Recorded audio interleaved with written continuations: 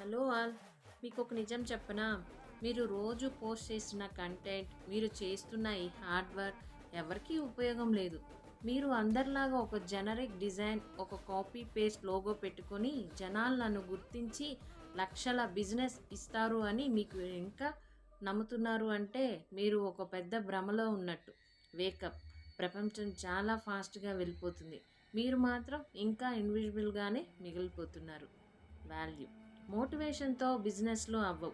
మీరు ఎంత ట్రైన్ అయినా, ఎంత మనీ పే చేసినా, మీరు యూనిక్గా కనిపించినంత కాలం మీరు పెట్టే ప్రతి ఎఫర్ట్ వేస్ట్ ఆఫ్ ఎనర్జీ మాత్రమే.